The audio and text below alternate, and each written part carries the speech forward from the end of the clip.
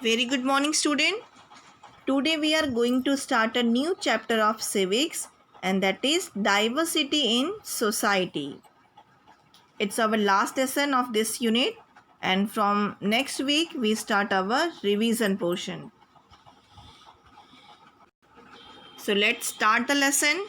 But first we have to understand the meaning of diversity. What is the meaning of diversity? Diversity means differences, vividta. It means a wide variety of culture, opinion, belief, custom and tradition. In our India, we have wide variety of culture. We have different languages. We have different religions. So these all included in the diversity. So student, there are many languages, religion, culture, custom and tradition in Indian society. अगर आप देखोगे तो हमारे यहाँ 800 languages हैं और जिसमें 2000 dialects हैं. डायलेक्ट्स का मतलब होता है अलग अलग प्रदेशीय भाषाएं, मतलब अलग अलग जो रीजन्स हैं वहाँ की भाषाएं. 22 languages have been recognise by the constitution. इसमें से 22 लैंग्वेजेस ऐसी हैं जो सारी जगह ज़्यादा मात्रा में बोली जाती हैं. सो उसे हमारी कॉन्स्टिट्यूशन ने रिकॉग्नाइज किया है. We live among people who speak different languages such as Marathi, Hindi, Gujarati, Telugu, Tamil, English, Bengali, Urdu, and lots of language. They celebrate their festival and culture events in different ways. If you see in the picture, you see that there are differences in their culture and religion. They celebrate their festival and culture event in different ways. Their mode of worship is also different. Like Hindus worship God and the place of the worship is temple. Sikhism, there is Buddhism, Jainism, Christianity, and they worship Jesus Christ. In the church, Islam, they worship Allah. Parsis, they follow Zoroastrian, and which is the origin in the Iran period to the rise of Islam. So their worships is also different.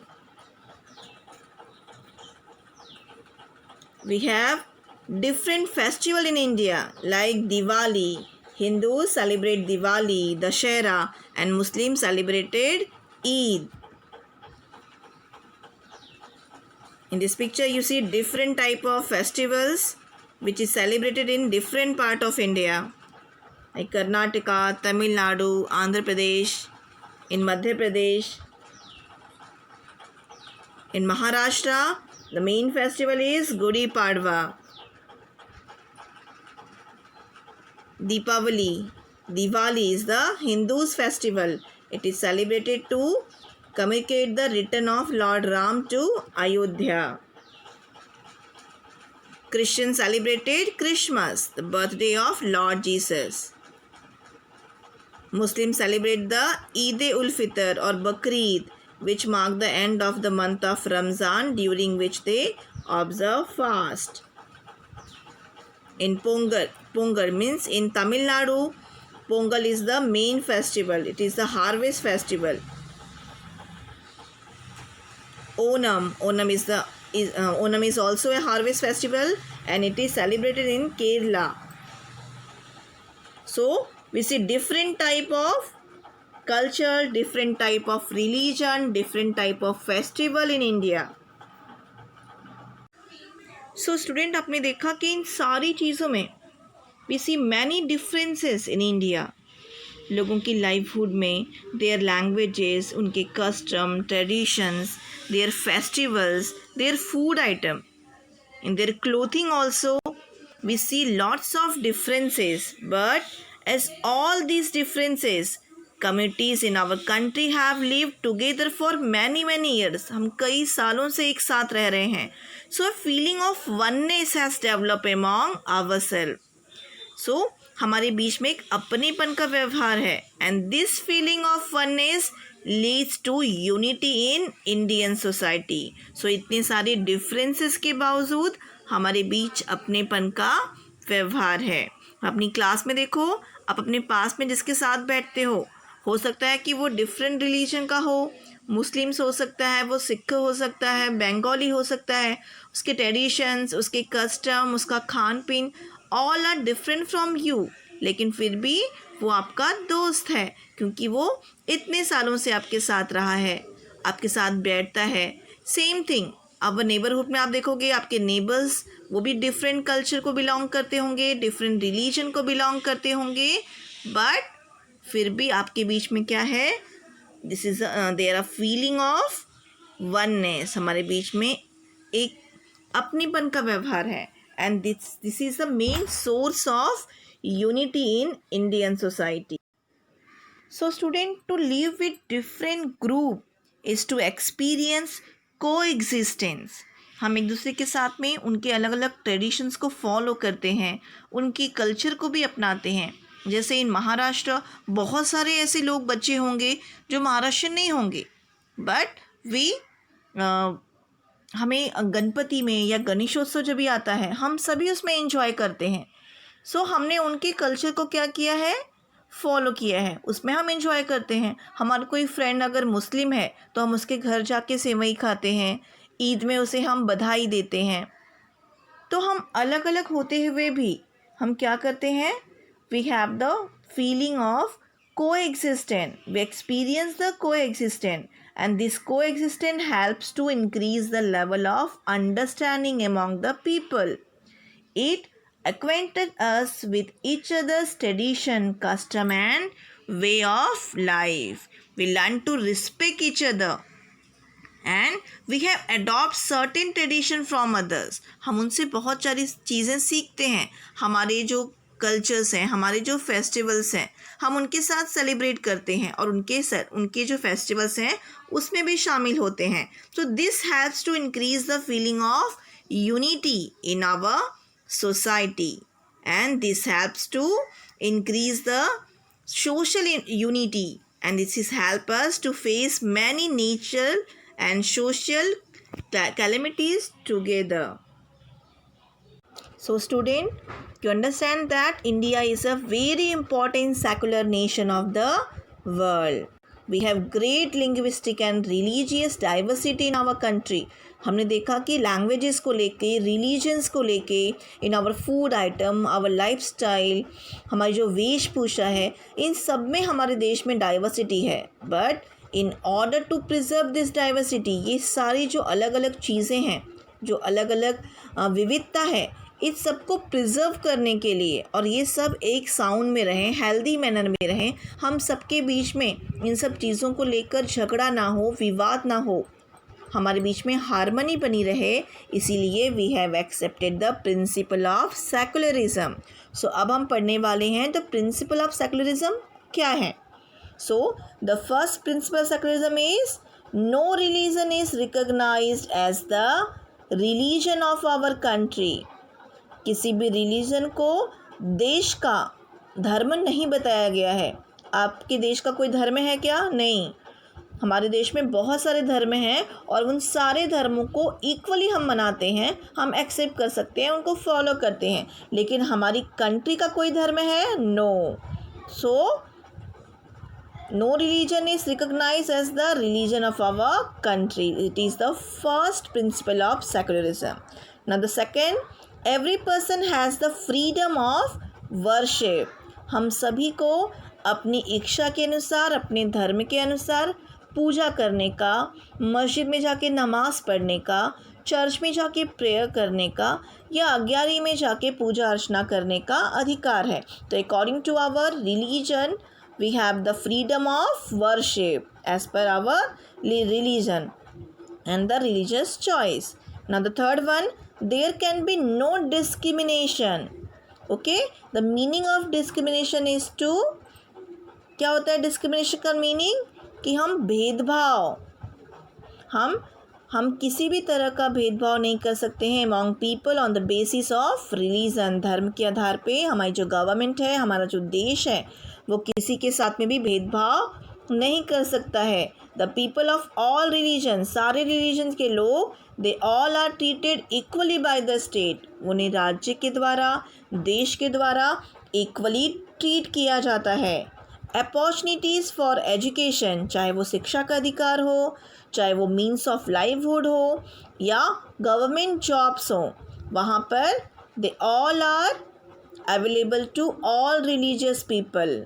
हम ये नहीं कह सकते कि अरे ये हिंदू है तो इसको पढ़ाई का अधिकार नहीं है, ये मुस्लिम है तो ये वाले स्कूल में नहीं पढ़ सकता है, ये सिख है तो ये इसको यहाँ पर एडमिशन नहीं मिलेगा.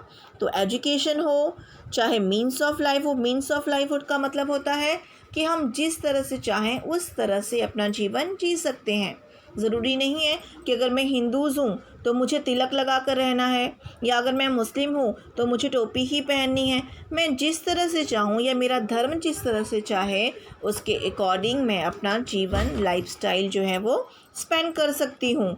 और जो गवर्नमेंट जॉब्स होती हैं, उस गवर्नमेंट जॉब में जब वैकेंसीज़ आती हैं तो उसमें ऐसा कुछ भी डिस्क्रिमिनेशन रिलीजन को लेकर नहीं होता है कि ये जॉब हिंदूज़ के लिए है या ये वाली जॉब मुस्लिम्स के लिए है.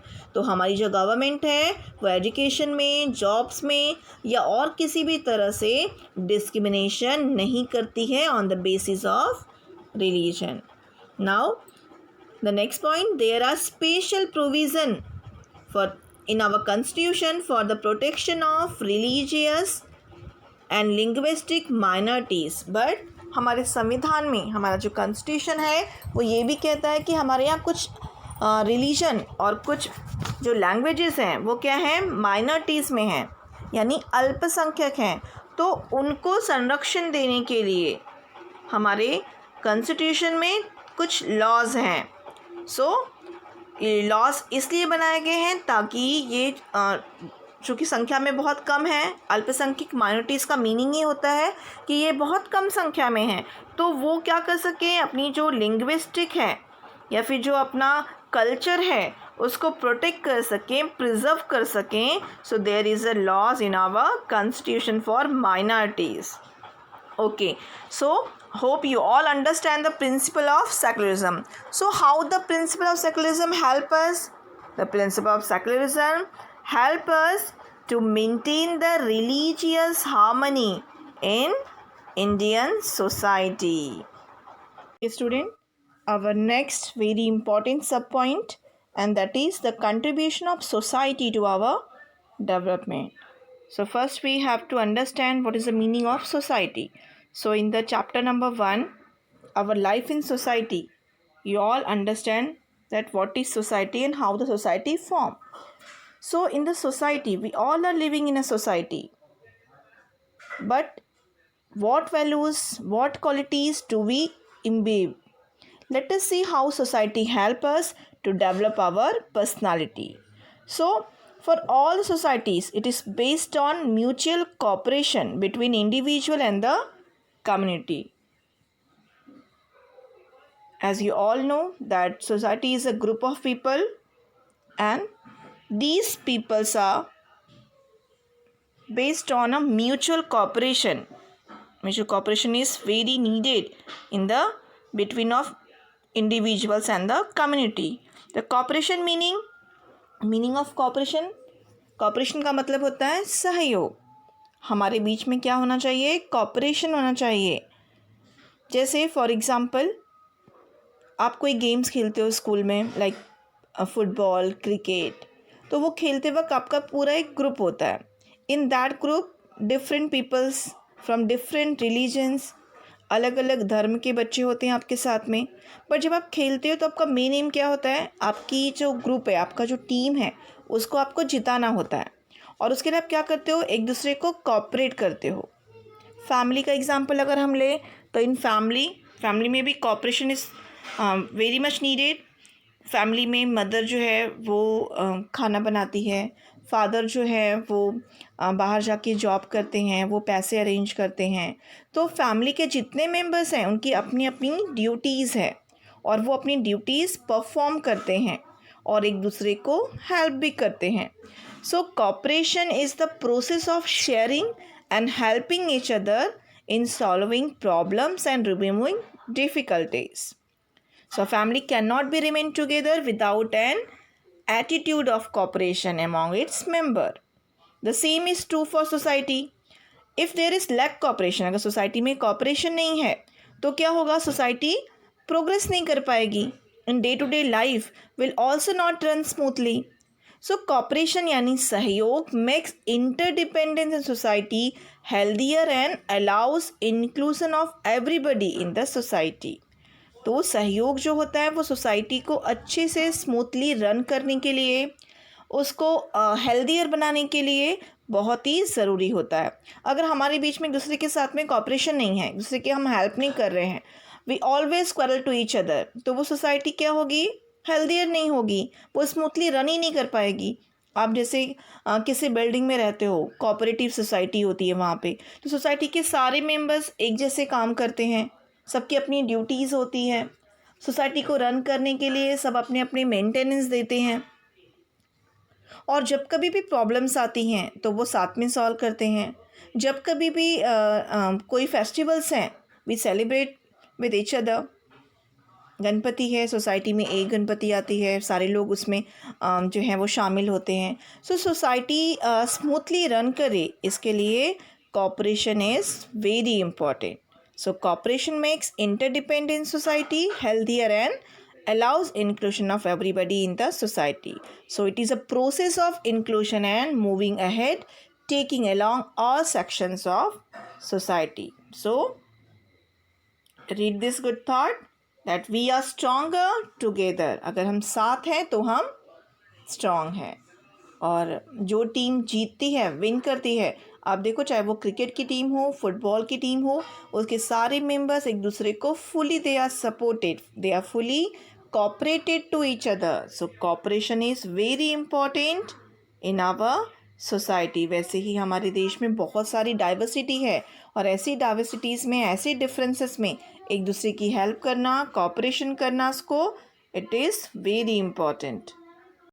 Tolerance and understanding is also very important for us to development in our society. Just as there is a cooperation in the society, so also at the time there can be differences of opinion, disputes and conflicts. Dispute and conflict arise when there is lack of agreement in the opinion, ideas and views of people. अभी आपने पढ़ा कि cooperation is very important for the our development. लेकिन cooperation के साथ में क्या होता है कि बहुत सारे differences हैं हमारे सोसाइटी में, तो लोगों के बीच में उनके ओपिनियन को लेकर, उनके विचारों को लेकर बहुत सारे मतभेद हो सकते हैं.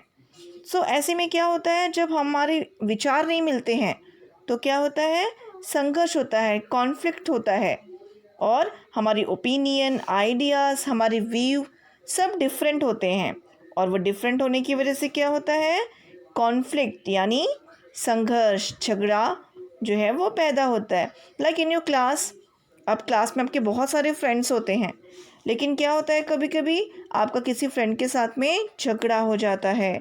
सो ऐसा क्यों होता है, बिकॉज आपके थॉट्स या आपके व्यूज़ या आपके ओपिनियन उसके साथ में नहीं मिलते होंगे. अगर आप रेनबो को देखो तो रेनबो के अंदर डिफरेंट कलर्स आ देयर, लेकिन डिफरेंट कलर के साथ में भी वो रेनबो कितना सुंदर लगता है. तो जस्ट लाइक आपकी क्लास में आपके बहुत सारे फ्रेंड्स हैं जो अलग अलग रिलीजन के होंगे, अलग अलग कास्ट के होंगे, बट जब आप एक साथ सारे फ्रेंड बन के रहते हो तो कितना अच्छा लगता है. बट जब आप कभी कभी झगड़ा करते हो एक दूसरे के साथ में, सो क्या होता है, उस समय आपको भी नहीं अच्छा लगता है कि वो झगड़ा बहुत लंबा खींचे और आप क्या करते हो, बहुत जल्दी ही फ्रेंडशिप कर लेते हो. सो ये जो डिस्प्यूट हैं, कॉन्फ्लिक्ट्स हैं, ये कब एराइज होते हैं, when there is a lack of agreement in the opinion, ideas and view of the people. कभी कभी क्या होता है, हमारा प्रीजस्टिस और मिसकंसेप्शन, हम किसी के बारे में सोचते हैं कि अरे वो अच्छा नहीं है, या उसके साथ में हमारी दोस्ती मैं नहीं कर सकता। तो ये जो मिसकंसेप्शंस होता है about each other, it also can lead to the conflict. So it is in nobody's interest to keep a conflict going on for a long time. आप भी नहीं चाहते हो कि हमारा झगड़ा बहुत दिन तक चलता रहे, आप चाहते हो कि वो जल्दी से मेरा फ्रेंड बन जाए. So people find a way to resolve conflict through compromise and understanding. So हम क्या करते हैं, कॉम्प्रोमाइज़ करते हैं.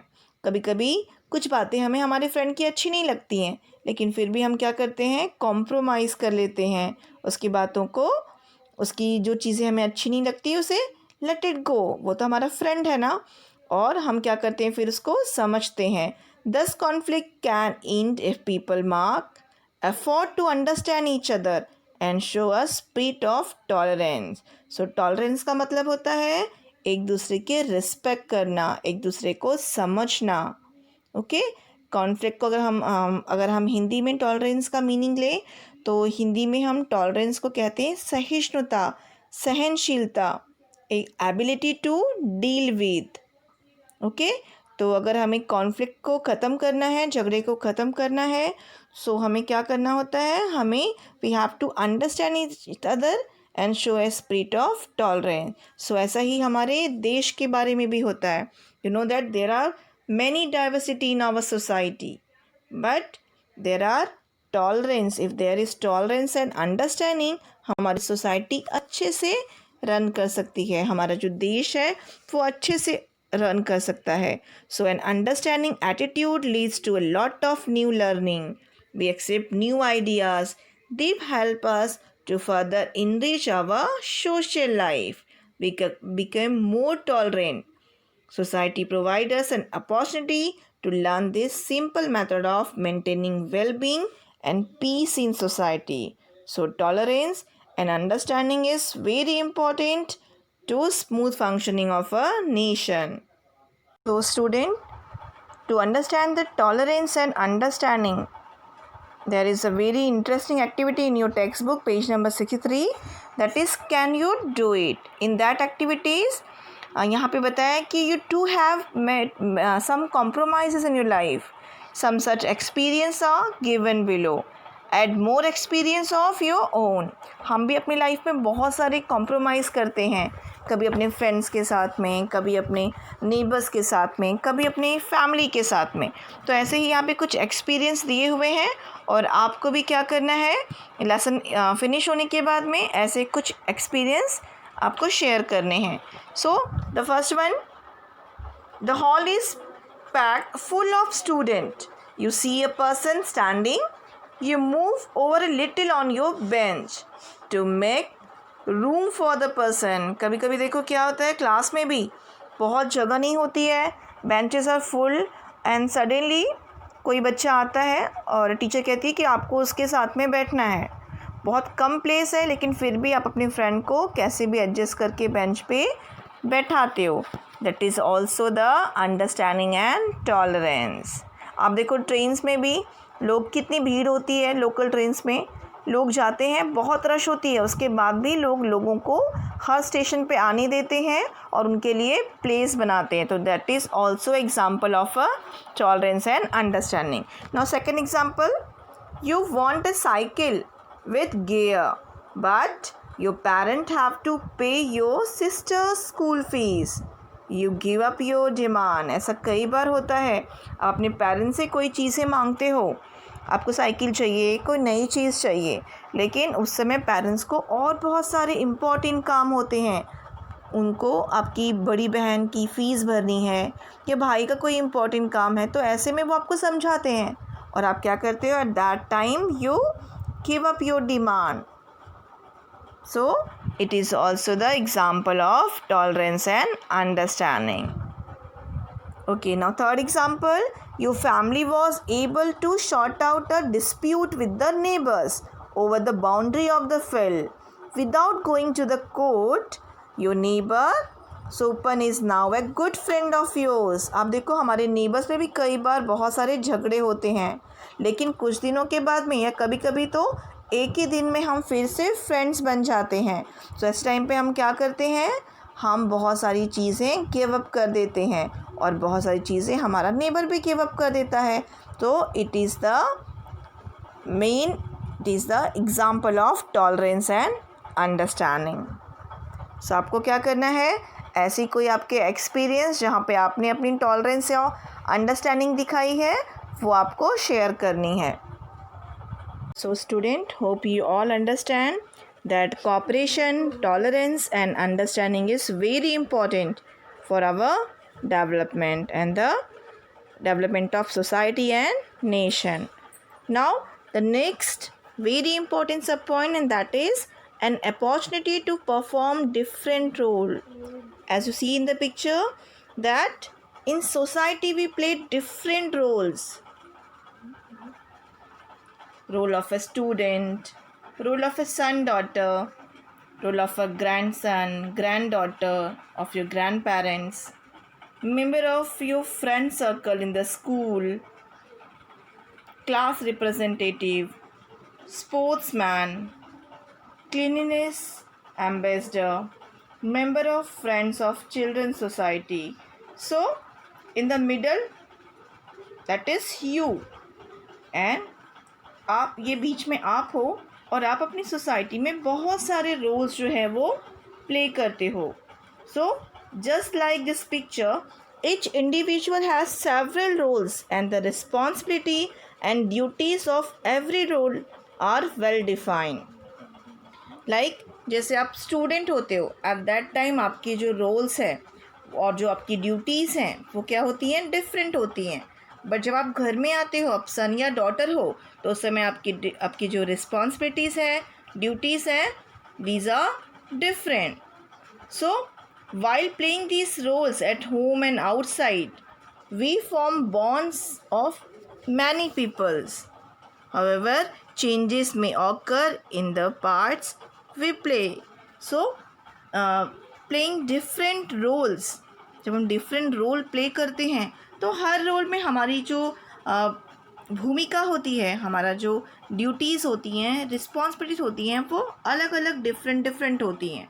जब भी आप घर पे आते हो तो आप क्या हो जाते हो, आप सन या डॉटर होते हो. उस समय अपनी मम्मी की हेल्प करना वो आपकी रिस्पॉन्सिबिलिटी होती है. उस समय आपका रोल क्या होता है, यू आर अ सन और अ डॉटर. जब आप स्कूल जाते हो, so at that time you are a student, और उस समय आपका रोल क्या होता है, आपको सारे डिसिप्लिन फॉलो करने होते हैं. बाय टाइम टेबल आपको आपकी पढ़ाई करनी होती है. So member of friends of children society, अगर आप वहाँ मेंबर हो तो वहाँ आपका डिफरेंट रोल होता है. अगर आप अपनी क्लास के रिप्रेजेंटेटिव हो या मॉनिटर हो तो वहाँ पे आपका रोल डिफरेंट होता है. You have to mind the whole class. और अगर आप अपने मेंबर हो of your friend circle in the school, उसमें आपका डिफरेंट रोल होता है. एज अ स्पोर्ट्समैन, जब आप कोई खेल खेलने जाते हो, at that time your role is also different.